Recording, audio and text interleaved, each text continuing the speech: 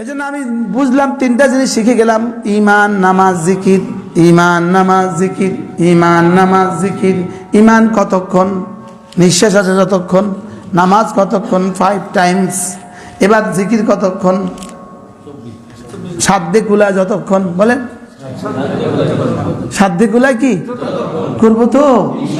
ওয়ালা তাকুনু কাল্লাযীনা নাসুল্লাহ, আমাকে ভুলে যেও না।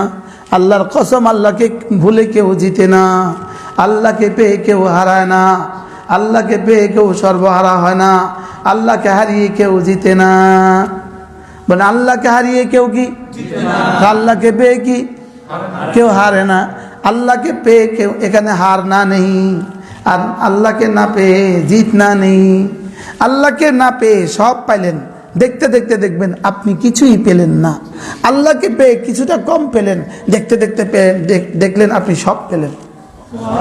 আমাদের এক দোস্ত আছে বাংলাদেশি, ইনি জাপান থাকতো, টোকিও থাকতো।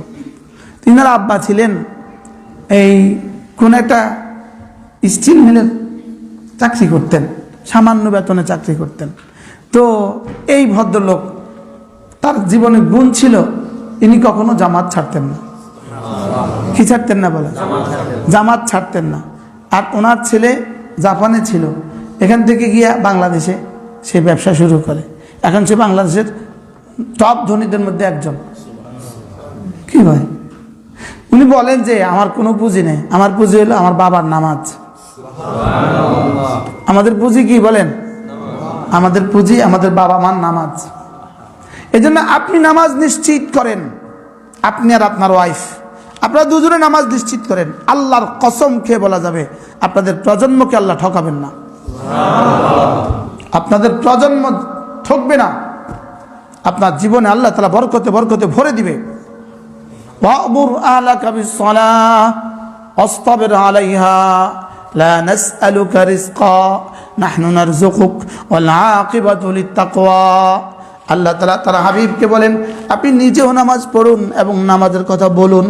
নামাজ পড়ুন, নামাজের কথা বলুন। কথা দিলাম আপনার মুখে লোকমা তুলে দেওয়ার দায়িত্ব আমার। এজন্য হযরত আব্দুল্লাহ ইবনে ওমর রাদিয়াল্লাহু তাআলা আনহু, তাকে যদি তার স্ত্রী বলতেন চাল লাগবে, ঘরে খাবার লাগবে, উনি বলতেন তুমিও নামাজ পড়ো আমিও নামাজ পড়ি। ওনাকে যখনই কিছু বলতেন, হযরত আব্দুল্লাহ ইবনে আব্বাসও তাই করতেন, যখনই জিজ্ঞেস করতেন তখন তিনি বলতেন তুমিও নামাজ পড়ো আমিও নামাজ পড়ি। তো কেউ জিজ্ঞেস করলো হযরত ঘরে চাল লাগবে, যখনই কিছু লাগে তখনই এই আদেশ।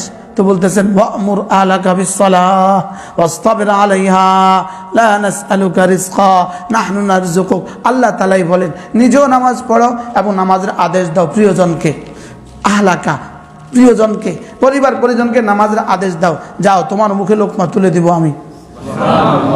কি ভাই, আমি তো আলহামদুলিল্লাহ ছোট ছোট ফরমায়েশে বলি না, ঘর থেকে বড় ফরমায়েশের ফোন করলেই 3 বার সূরা ইয়াসিন পড়ো, 2 রাকাত সালাত তাহাজ্জুদ পড়ো।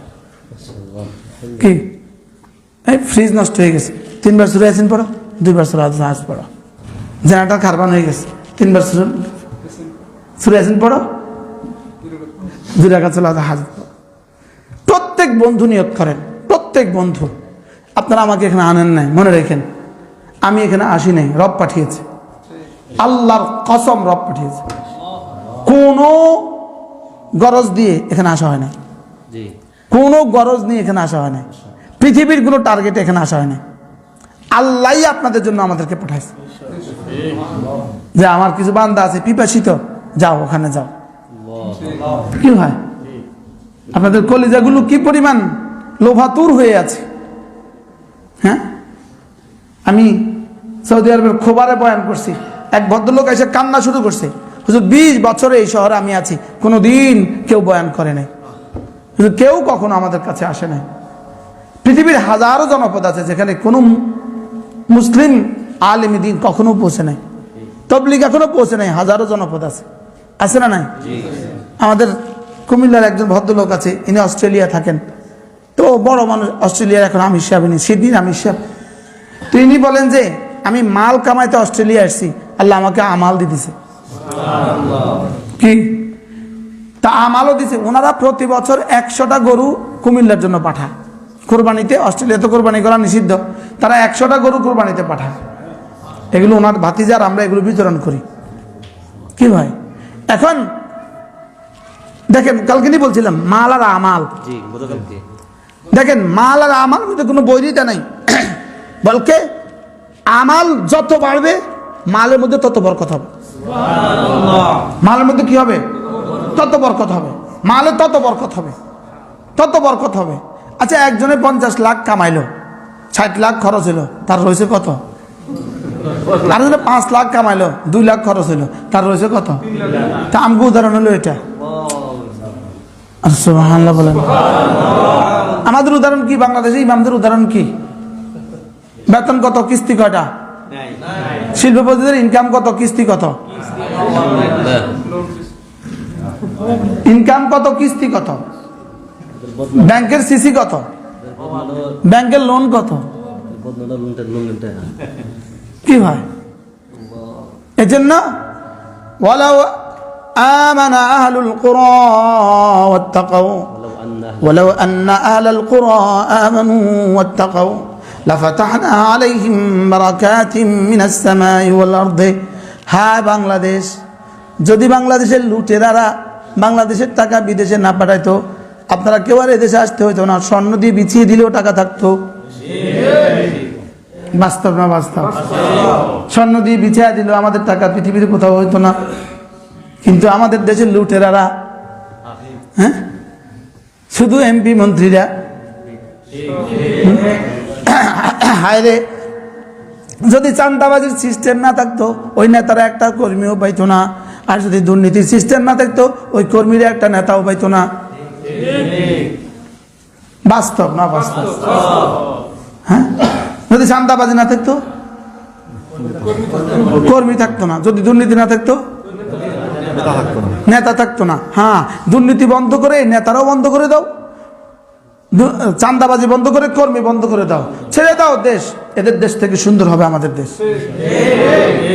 কি বাস্তব না বাস্তব? এখন কিসে খাইলো আম করে? দুর্নীতি আর না চাঁদাবাজি খাইলো নেতারা আর কর্মীরা, আর আমরা সাধারণ মানুষ বিদেশে জীবন বাজি লাগাই, অর্থ পাঠাই দেশে। বাস্তব না বাস্তব?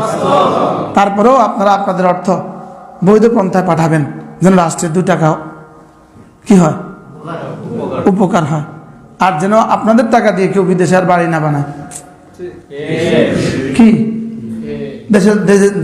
যে দেশের অর্থনীতি রেমিটেন্সের উপরে 75% নির্ভর করে, আপনাদের রক্তের টাকা, আপনাদের রক্তের টাকা।